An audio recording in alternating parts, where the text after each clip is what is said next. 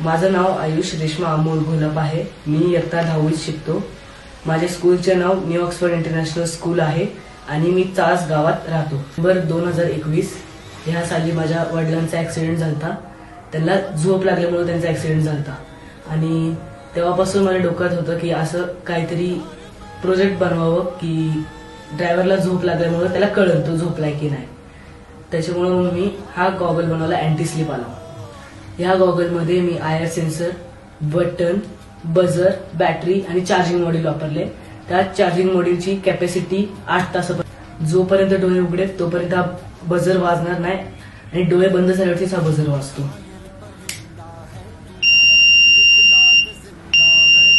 हा गॉगल बनवण्याची पूर्ण कॉस्ट फक्त 250 रुपये आली। स्कूलच्या सायन्स एक्झिबिशन मध्ये मांडला आणि हा प्रोजेक्ट स्कूलच्या फाउंडर डॉक्टर स्वाती मुळे मॅमला खूप आवडला।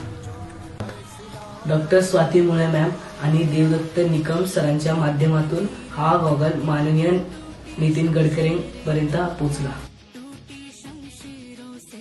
आयुषला लहानपणापासून अशी तो थोडा फटाफटीच होता।